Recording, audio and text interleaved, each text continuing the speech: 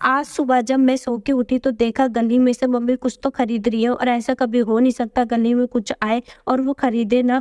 ना कभी ऐसा हुआ है ना कभी आगे ऐसा होगा, तो जो भी उनके अकॉर्डिंग इम्पोर्टेंट लगता है वो खरीद लेती हैं। और अब वो यहाँ पे कुछ पहन कर देख कर हंस रही थी, तो मुझसे पूछ रही थी मैं कैसी लग रही। मैंने बोला ये क्या है इतनी सारी रुद्राक्ष माला, क्या करोगी इनका? तो मम्मी बोलती है अब मैं साधु बन जाऊंगी, घर छोड़ दूंगी और भविष्य देखूंगी, लोगों का हाथ पढ़ूंगी। मैंने बोला दूर क्यों जा रही हो, मेरा भी भविष्य देख दो, कुछ भी अच्छा नहीं चल रहा, मेरे हाथ में क्या लिखा है बता दो। तो मम्मी बोलती है कि बता मैं यहाँ पे पहन के ये कैसी लग रही हूँ, मैं अब यही पहन के घूमूंगी। तो आप लोग कमेंट में बताओ कि मम्मी कैसी लग रही है। अब मैं दिखाती हूँ जो मम्मी ने गली में जो खरीदा था। नहीं नहीं, ये बिल्कुल वो नहीं है जो आप सोच रहे हो। चंदनी से चांद को देखना और फिर पत्ती को देखना नहीं, ये पतीले में दूध वगैरह को ढक के रखना, ये किसी को भी बर्तन को ढक के रखने के लिए लिया था। अब मैं दिखाती हूँ जो मम्मी लेके आई थी गाँव से, इतनी सारी चीजें पता नहीं क्यों लेके आई थी, क्या सोच कर लेके आई थी, इतनी सारी चीज उठा के ले आई थी। तो ये यहाँ पे है रोस्टेड कॉर्न है, जो आप खाली बैठो या बातें कर रहे हो फालतू में तो उनको उस टाइम पास करने के लिए यूज करने के लिए आई थी। और ये साथ में सत्तू भी था जो नमक मिर्च के साथ खाते। और ये डलिया भी लेके आई थी साथ में, हमारे ऐसे डलिया बोलते हैं जो शादी वगैरह में यूज करते हैं, शगुन वगैरह का सामान रखने के लिए। आप क्या बोलते हो उसका आप बताओ। और एक और चीज लेके आई थी साथ में जो थोड़ी सी अजीब थी, इतनी पुरानी थी। मैंने कहा मम्मी गड्ढे में से मिट्टी में से उखाड़ के लाई हो, क्या है ये चीज? तो मम्मी बोलती है ये मेरी दहेज में आया था, मेरे बर्तन है ये पीतल के, इसी में मैं खाना बनाती थी, इतने भारी थे। ऑलरेडी इतने भारी थे, खाना बनने के बाद कितना भारी हो जाता होगा।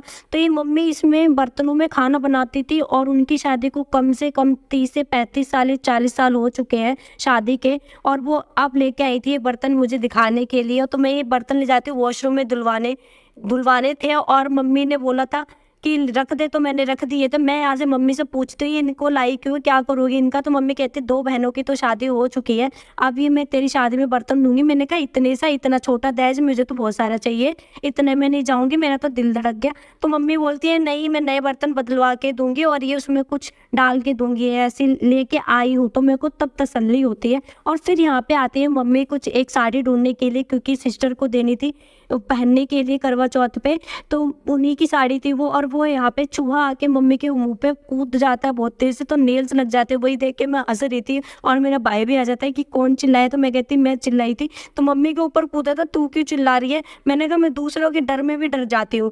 तो मैं ऐसे देख के सच में डर गई थी। और मम्मी यहाँ पे साफ करने लगी थोड़ा सा जो भी उसने गंद किया था चूहे ने यहाँ पे।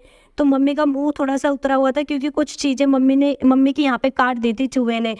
तो वो ज़्यादा उदास हो गई थी और कह रही थी, चूहे को गाली वाली दे रही थी यहाँ पे कि भाई ये हो जाए, चूहे का वो हो जाए। अभी थोड़ी देर में मेरा भी मुंह उतरने वाला, जब मुझे पता चलता है कि मेरा बैग को भी चूहे ने काट दिया है। और मैं बहुत ज़्यादा टेंशन में आ जाती हूँ।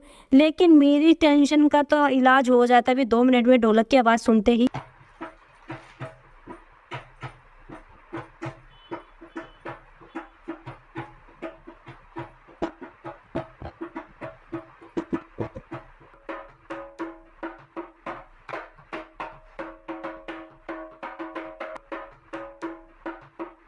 फिर मम्मी बोलती बहुत हो गया हंसी मजाक मस्ती टाइम पास, अब मुझे काम करने दे, मेरे पास तो बहुत सारे काम है, तेरे पास काम क्या है? इधर भटकती रहती उधर भटकती रहती, इधर थिरक लिया उधर उछल कूद कर लिया, बस हो गया तेरा काम। मैंने कहा अरे चिल्ल मारो, कौन करवाता है तुम्हारे साथ? मैं ही तो करवाती हूँ, और कौन है यहाँ पे? दीवार करवाते हैं क्या तुम्हारे साथ काम? बस यही बोलती रहती है, करती क्या है। अब मम्मी का मूड बिल्कुल ठीक हो चुका था क्योंकि उनकी जो ढोलक है ना टनटना रही थी आवाज़ सुन के, उनको सुकून मिल चुका था।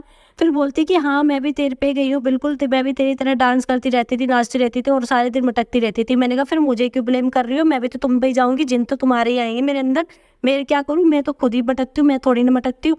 फिर मम्मी को मैं थोड़ी मजे लेती हूँ। सुबह कूदा तो कैसा लगा मैंने तो साफ है। मम्मी को टेंशन हो गई अपने चेहरे की और मुझे इतना हंसी आ रही है। अच्छा वो मैं नहीं थी वहाँ पे, नहीं तो मेरे को तो इनसे ज़्यादा टेंशन हो जाती। रोज तब से 50 बार देख चुकी है शीशा कि निशान तो नहीं बन गया है।